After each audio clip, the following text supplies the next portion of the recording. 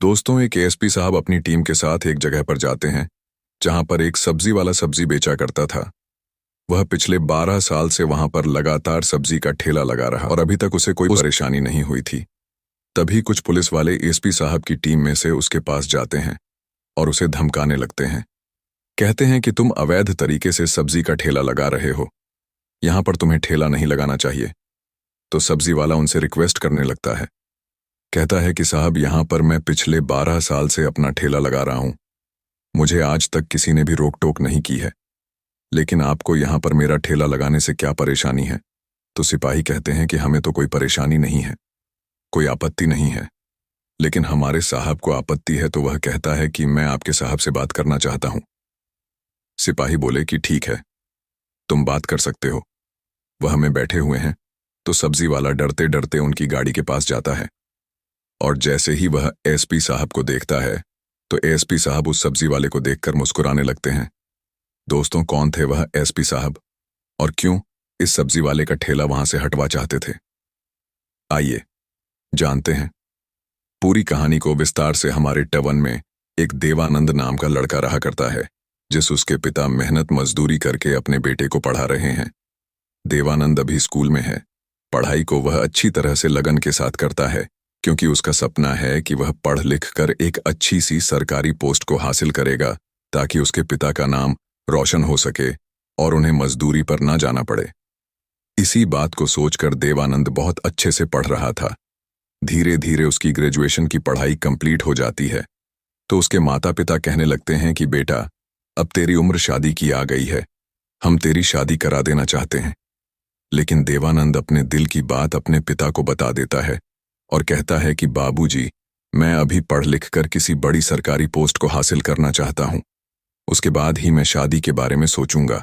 तो देवानंद के माता पिता उससे कहने लगते हैं कि बेटा, शादी करने में कौन सी दिक्कत है, तुम शादी कर लो, बाद में पढ़ाई भी करते रहना, इसमें कोई दिक्कत वाली बात नहीं है, सब कुछ ऐसे ही चलता रहेगा।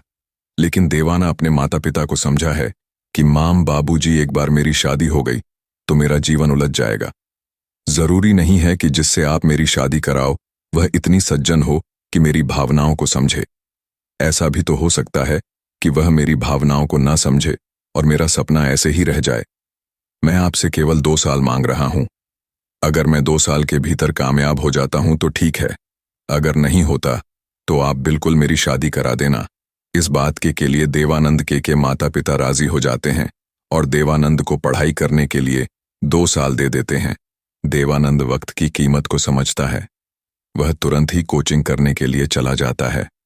पिता उसके पास पैसे तो भेजा करते हैं, लेकिन पैसों की उनके पास कमी रहती है, क्योंकि उसके पिता मेहनत मजदूरी किया करते हैं। उन्हें घर का खर्च भी देखना होता है और ज्यादा पैसे वह उसके पास नहीं भेज पाते थे। इसी वजह से देवानंद जहां पर रहा करता वहां पर थोड़ा बहुत इधर उधर काम कर लिया करता है, ताकि वह अपनी पढ़ाई का खर्चा निकाल सके। जहां वह कोचिंग करने के लिए रूम लेकर पढ़ा करता था, वहां से थोड़ी ही एक चौराहा था और उस चौराहे पर एक सब्जी वाला ठेला लगाया करता था। उस व्यक्ति का नाम सूरज होता है। देवानंद अक्सर उसी से सब्जी खरीदा करता है। धीरे धीरे उससे बात भी करने लगता है। लगभग वहां पर रहते हुए उसको 4 महीने बीत जाते हैं और लगातार देवानंद उसके पास जाया करता, उसे सब्जी खरीदकर अपने लिए खाना बनाया करता। अब इन 4 महीनों में दोनों की अच्छी जान पहचान हो गई थी। दोनों एक दूसरे के गहरे मित्र बन गए थे। लेकिन तभी अचानक से एक दिन देवानंद नहीं आता है।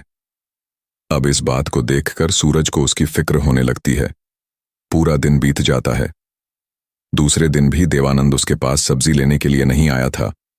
सूरज को यह तो पता था कि यह यहां पर रहकर कोचिंग किया करता है, लेकिन उसके रहने का ठिकाना वह नहीं जानता था। 3-4 दिन बीत जाते हैं तो सूरज बहुत ज्यादा फिक्र करता है। लेकिन 5वें दिन देवानंद सब्जी लेने के लिए उसके ठेले पर आ जाता है। जैसे ही देवानंद सब्जी लेने के लिए उसके ठेले पर आया था तो सूरज उससे पूछने लगता है कि भाई, यह तो बताओ, पिछले 3-4 दिन से तुम कहाँ थे और सब्जी लेने क्यों नहीं आए, या किसी और सब्जी वाले सब्जी लेने लगे हो?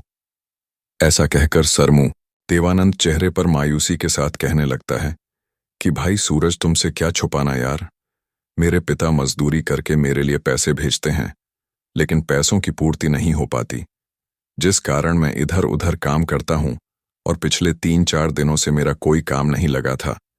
इसी वजह से मैं सब्जी लेने के लिए नहीं आ रहा था, और आज जैसे ही मेरा काम लगा तो आज मैं तुम्हारे पास सब्जी खरीदने के लिए आ गया हूं। आज मैं सब्जी से रोटी खाऊंगा। यह बात कहते हुए देवानंद की आंखों से आंसू छलकने लगते हैं। तभी सूरज उसके पास जाता है, उसकी आंखों से आंसुओं को पूछता है और उसे दिलासा देते हुए कहता है कि यार, तुमने तो मुझे एक पल में ही पराया कर दिया। जब तुम और मैं एक दूसरे के दोस्त हैं तो तुम्हें ऐसी बात बिल्कुल नहीं सोचनी चाहिए थी। क्या तुम्हें यहां से सिर्फ पैसों में ही सब्जी मिलेगी? यार, तुम्हें जितनी भी सब्जी चाहिए उतनी सब्जी ले जाया करो, भले ही तुम्हारे पास पैसे हो या ना हो। वैसे भी मेरी शाम को थोड़ी बहुत सब्जी बच जाती है और वह मुझे ऐसे ही फेंकने पड़ती है, क्योंकि सुबह तक वैसे भी वह खराब हो जाती है। तो इससे अच्छा वह तुम्हारे पेट में जाएगी और तुम उस सब्जी को खाओगे तो मुझे भी बहुत अच्छा लगेगा। तुम्हें पैसे देने की आज के बाद से कोई जरूरत नहीं है। जितनी चाहे तुम यहां से सब्जी ले जा सकते हो और अपनी पढ़ाई को अच्छी तरह से करो, फिर एक बड़े मुकाम को हासिल करो। ऐसा कहकर सूरज ने देवा को हौसला दे दिया था। इसी हौसले के सहारे देवानंद अपनी पढ़ाई को और भी ज्यादा जोर शोर से करने लगता है। अब उसे मेहनत मजदूरी पर भी नहीं जाना पड़ता था। जब तक देवानंद ने यहां पर रहकर कोचिंग की तो वह सूरज से ही सब्जी ले जाया करता और उसका एक भी रुपया सूरज उससे नहीं लेता है। उन दोनों के बीच काफी गहरी दोस्ती हो चुकी थी और कभी कभी सूरज देवानंद से कहता है कि भाई, अगर तुम बड़े अधिकारी बन जाओ तो मुझे मत जाना। तो देवानंद हंसते हुए जवाब दिया करता कि बुरे वक्त में जो काम आता है उसे कभी हम भोला नहीं करते, क्योंकि हम गरीब लोग हैं। इस बात को सुनकर दोनों हंसने लगते हैं। इसी तरह से देवानंद की कोचिंग वहां पर कंप्लीट हो जाती है। उसने अपना टेस्ट दे दिया था, अब उसका रिजल्ट आना बाकी था। रिजल्ट से पहले वह अपने घर चला आया, क्योंकि यहां पर ज्यादातर रहना उसके बस की बात नहीं थी। अब जैसे ही उसका रिजल्ट आता है तो उसे पता चलता है कि वह एक एसपी बन गया है। अब इस बात की खुशी वह सबसे पहले अपने माँ बाप को बताता है। माँ बाप ये खबर सुनते ही खुश हो जाते हैं और इस खुशी को अपने गांव में चारों तरफ लोगों में बताते हैं। मिठाइयां बंटवाएं। देवानंद एक बड़ा अधिकारी बन गया था। वह ट्रेनिंग के लिए चला जा। कुछ दिनों की ट्रेनिंग करने के बाद उसकी नियुक्ति एक शहर में हो जाती है। वहां रहकर वह मेहनत और ईमान से अपना कार्यभार संभालने लगता है। देवानंद अपने माता पिता को भी अपने पास ले आता है, जहां पर उसकी पोस्टिंग हुई थी। देवानंद के माता पिता उससे शादी के लिए कहने लगते हैं, तो देवानंद उनसे कह देता है कि ठीक है माँ बाबूजी, अगर आपको कोई अच्छी लड़की दिखाई दे तो आप लोग मेरी शादी करा देना। माता पिता इधर उधर लड़की ढूंढते हैं और ढूंढते ढूंढते उन्हें एक लड़की मिल भी जाती है। उस लड़की को देवानंद के लिए पसंद कर लिया जाता है। लड़की के माता पिता से बात करके देवानंद की शादी की बात उससे तय कर दी जाती है। देवानंद को भी लड़की की पढ़ाई लिखाई के बारे में बताया जाता है, तो देवानंद को भी यह रिश्ता पसंद आ जाता है। वह भी शादी के लिए हाँ बोल देता है। दोनों बच्चों की रजामंदी से एक निश्चित मुहूर्त देखकर शादी कर दी जाती है। शादी होने के बाद देवानंद की पत्नी देवानंद के घर में आ जाती है और अच्छी तरह से परिवार में मिलजुल कर रहने लगती है। ऐसे ही एएसपी साहब अपनी ड्यूटी पर जाया करते हैं। बार बार उनका ट्रांसफर इधर से उधर होता रहता है, तो वह अपने परिवार को भी अपने साथ ले जाते हैं और वहीं पर उनके साथ रहने लगते हैं। अब एक दिन ड्यूटी के दौरान एएसपी साहब को एक मार्केट से निकलना पड़ता है। मार्केट से निकलते वक्त उन्हें एक सब्जी वाला दिखाई देता है, जो अपने ठेले पर सब्जियों को बेच रहा था। वह जिस तरह से आवाज लगा रहा था, उसी तरह से उनका दोस्त सूरज एस भी आवाज लगाया करता था। उस सब्जी वाले को देखकर उन्हें अपने दोस्त सूरज की याद आ जाती है। वह गाड़ी में बैठे बैठे थे, उन दिनों को याद कर रहे थे जब सूरज ने उनसे कहा था कि तुम जितने चाहे सब्जी यहां से फ्री में ले जा सकते हो, तुम्हें पैसे देने की कोई जरूरत नहीं है। इसके बाद देवानंद सूरज के लिए अपने दिमाग में कुछ सोच लेता है। वह अपने घर जाता है, रात भर एक प्लानिंग करने लगता है, जिसके तहत वह अपने दोस्त सूरज से मिलना चाहता था। सुबह होती है तो सुबह और उनसे अपने साथ कहीं चलने के लिए कहने लगता है। टीम के सभी सिपाही इकट्ठा हो जाते हैं और 2-3 गाड़ियों में एएसपी साहब का काफिला वहां से रवाना हो जाता है। थोड़ी दूर का सफर तय करने के बाद वे लोग उस शहर में पहुंच गए थे जहां एएसपी साहब ने अपनी कोचिंग की थी। शहर में पहुंचते ही एएसपी साहब सभी गाड़ियों को रुकवा देते हैं और सभी पुलिस वालों को अपने पास बुलाकर उन्हें बताते हैं कि उन्हें आगे चौराहे पर एक सब्जी वाला वहां पर उसको धमकाना है। कहना है कि तुम यहां पर ठेला नहीं लगा सकते। तब वह कहने लगेगा कि आपको किसने भेजा है तो उसे मेरे पास भेज देना।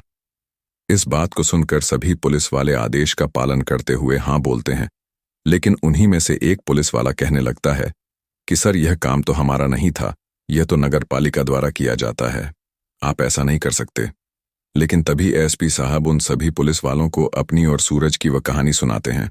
जब एसपी साहब कोचिंग किया करते थे और कोचिंग के दौरान उनके पास पैसे नहीं थे, तो ये सब्जी वाले ने उन्हें फ्री में सब्जियां देता था, तो उन्हें बता देते हैं कि वह मेरा दोस्त है, मैं उससे मिलना चाहता हूं और इसी वजह से मैं यह मामला उसके साथ करने के लिए आया हूं। इस बात को सुनने के बाद सभी पुलिस वाले अलर्ट हो जाते हैं। वह एसपी साहब की और भी ज्यादा इज्जत करने लगते हैं, क्योंकि एसपी साहब अपने एक ऐसे दोस्त से मिलने जा रहे थे जिससे अगर वह जिंदगी भर भी ना मिलते तो भी कोई खाक फर्क पड़ने वाला नहीं था। फिर वह सब सिपाही उस मार्केट में चौराहे पर लगे ठेले के पास पहुंच जाते हैं और एसपी साहब अपना गाड़ी को लेकर वहां से लगभग 100 मीटर की दूरी पर खड़े हो गए थे। एसपी साहब ने पुलिस वालों को आदेश दे दिया था और बता दिया था कि यह वही ठेला वाला है, तुम्हें जाकर इसको परेशान करना है। पुलिस वाले वहां जाकर सूरज को परेशान करने लगते हैं। अपना डंडा दिखाते हुए उसे कहते हैं कि हाँ भाई, तुमने यह ठेला अवैध तरीके से लगा रखा है, तुम यहां पर काम नहीं कर सकते। अब सूरज जब इस तरह से पुलिस वालों की बात को सुनता है तो डर जाता है। फिर हिम्मत करके उनसे कहता है कि साहब मैं तो यहां पर पिछले 12 सालों से ठेला लगा रहा हूं, लेकिन आज तक किसी ने भी मुझे रोक टोक नहीं की है, आप लोग मुझे क्यों रोक टोक कर रहे हो? तो पुलिस वाले उसे धमकाने लगते हैं कि तुम अतिक्रमण कर रहे हो, ऐसा करना कानूनन जुर्म है, तुम आज के बाद से यहां पर ठेला नहीं लगा सकते। सूरज उन पुलिस वालों के सामने हाथ जोड़कर कहने लगता है कि साहब मुझे यहां पर ठेला लगाने दीजिए, इसी से मेरी रोजी रोटी चलती है। तभी पुलिस वाले कहते हैं कि यह हमारे बड़े साहब का आदेश है, तुम उन्हीं से जाकर बात कर लो, अगर वह मान जाते हैं तो तुम्हारा ठेला यहां से नहीं हटाया जाएगा। सूरज पुलिस वालों से कहता है कि ठीक है साहब, मैं बड़े साहब से विनती कर लेता हूं, लेकिन तब तक आप मेरे ठेले को हाथ मत लगाना। ऐसा कहकर सूरज डरते हुए उस गाड़ी की तरफ बढ़ने लगता है जिस गाड़ी के लिए उन पुलिस वालों ने कहा था कि वहां पर हमारे सर बैठे हुए हैं। सूरज कांपते हाथों को जोड़कर एसपी साहब के सामने खड़ा हो जाता है, तो एसपी साहब सूरज को देखकर मुस्कुराने लगते हैं। इस मामले को देखकर सूरज थोड़ा सा असमंजस में पड़ जाता है, क्योंकि सूरज ने देवानंद को लगभग 4 सालों से नहीं देखा था और 4 सालों में उनका चेहरा काफी ज्यादा बदल गया था। अब वह चेहरे पर मच्छर रखने लगे थे, तो सूरज उन्हें पहचान नहीं पाता और उनके सामने हाथ जोड़कर विनती करने लगता है कि साहब देखो ना, मैं यहां पर 12 सालों से अपना ठेला लगाता हूं और ये आपके सिपाही मेरे ठेले को हटाने की बात कर रहे हैं। तभी एएसपी साहब गाड़ी से उतरते हैं और उस सब्जी वाले को अपने गले से लगा लेते हैं। कहते हैं कि यार तुमने मुझे पहचाना नहीं, मैं देवानंद हूं जो कभी यहां पर तुमसे फ्री में सब्जियां ले जाया करता था। अब यह जैसे ही सूरज को पता चलता है कि ये वही देवानंद है, तो वह भी उनके गले से लिपटकर कहता है कि यार तुमने तो कमाल ही कर दिया, तुमने यहां आकर ऐसे मुझे डरा ही दिया। मैं तो सोच रहा था कि जहां पर मैं इतने सालों से काम कर रहा हूं वहां से भला ये लोग मुझे क्यों हटा रहे हैं। इस बात को कहते हुए उसकी आंखों में आंसू थे। इन आंसुओं को देखकर देवा पूछने लगता है कि भाई क्या हुआ, तुम रो क्यों रहे हो? तो वह कहता है कि नहीं यार, दरअसल जो बात मैंने तुमसे कही थी वह यहां पर कोचिंग करने वाले हर एक स्टूडेंट से मैं कह देता हूं, लेकिन आज तक कोई भी यहां पर लौटकर वापस नहीं आया जो मुझसे मिलने के लिए, क्योंकि जो भी बड़ा अधिकारी बन जाता है तो उसे अपनी पोस्ट का घमंड हो जाता है, और तुम आज ऐसे एक अकेले व्यक्ति हो जो मुझसे मिलने के लिए आए हो। इसी वजह से मेरी आंखें भर आई। देवानंद उसकी पेट थपथपाकर उसे चुप कराता है। कहता है कि नहीं यार, ऐसी बात नहीं है, जो उपकार तुमने मुझ पर किया है उसे मैं जिंदगी भर नहीं भूल सकता, क्योंकि तुमने बुरे वक्त में मेरी मदद की थी। अगर शायद तुम उस वक्त मेरी मदद नहीं करते तो आज मैं यहां तक नहीं पहुंच पाता, क्योंकि जब से तुमने मुझे फ्री में सब्जियां देना शुरू की थी तो उसके बाद से मैंने मेहनत मजदूरी करना बंद कर दिया था। मैं उन सब्जियों से ही अपना पेट भर लिया करता था। तो आज जो यह मेरी कामयाबी है उसमें तुम्हारा भी हक बनता है। आज तुम्हें मेरे साथ चलना होगा। मैं तुम्हें अपने परिवार से मिलाना चाहता हूं। सूरज कहता है कि नहीं यार, ठंडे का टाइम है, अगर मैं काम नहीं करूंगा तो मेरा परिवार क्या खाएगा। तो एसपी साहब कहते हैं कि कोई बात नहीं, आज तुम जितना कमाओगे उतने पैसे मैं तुम्हें दे दूंगा, लेकिन तुम्हें मेरे साथ अभी के अभी चलना होगा। सूरज एसपी साहब के साथ चलने के लिए तैयार हो जाता है और अपनी दुकान पर किसी अन्य व्यक्ति को बैठा देता है। फिर वहां से देवानंद के साथ गाड़ी में बैठकर चला जाता है। अब एसपी साहब उन सभी अपने सिपाहियों को अपनी अपनी जगह ड्यूटी पर जाने के लिए बोल देते हैं और खुद सूरज को लेकर अपने आवास पर पहुंच जाते हैं। घर पहुंचते ही जैसे देवानंद के माता पिता और उनकी पत्नी देखती है कि यह अपने साथ किसी व्यक्ति को लेकर आए हैं तो वह उससे पूछने लगते हैं कि यह आदमी कौन है। तो एसपी साहब उन्हें पूरी कहानी बताते हैं कि यही है वह आदमी जिनकी वजह से शायद आज मैं एसपी बन पाया हूं, क्योंकि इन्होंने मुझे फ्री में सब्जियां दी थी और उन सब्जियों की वजह से मुझे काम पर नहीं जाना पड़ता था, जिससे मैं और भी ज्यादा पढ़ाई कर पाता था। यह बात सुनते ही एएसपी साहब की फैमिली सूरज का अच्छे से वेलकम करते हैं, उन्हें बैठाकर खाना खिलाते हैं। सूरज इन सभी चीजों को देखकर भा हो गया था, फिर भी वह खाना खाता है, फिर वहां से जाने के लिए बोलने लगता है। तो देवानंद अपनी गाड़ी से उसे छोड़ने के लिए जाता है। वह एक दूसरे के घर आया जाया करते हैं। देवानंद ने सूरज से कह दिया था कि अगर जिंदगी में कभी भी तुम्हें मेरी जरूरत पड़े तो तुम बेझिझक मुझे बता देना, मेरे होते हुए तुम्हें कोई भी परेशानी नहीं होगी। इसके बाद जब भी दोनों में से किसी के घर में कोई फंक्शन होता है तो दोनों ही अपने परिवार सहित उसके घर में आ जाते हैं। भले ही सूरज का परिवार थोड़ा गरीब था, लेकिन कभी भी वह देवानंद के परिवार से नफरत या जलन महसूस नहीं करता है और प्रेम के साथ रहा करते हैं। तो दोस्तों, ये थी एक छोटी सी दोस्ती के ऊपर कहानी। दोस्त हो तो देवानंद जैसा, जिसने छोटी सी मदद के लिए उसे अभी तक याद रखा और बाद में आकर उसे अपने गले से लगाया। आप क्या कहना चाहते हो देवानंद के बारे में? आप क्या कहना चाहते हो? सूरज के बारे में आपकी जो भी राय है कमेंट करके अवश्य बताइए।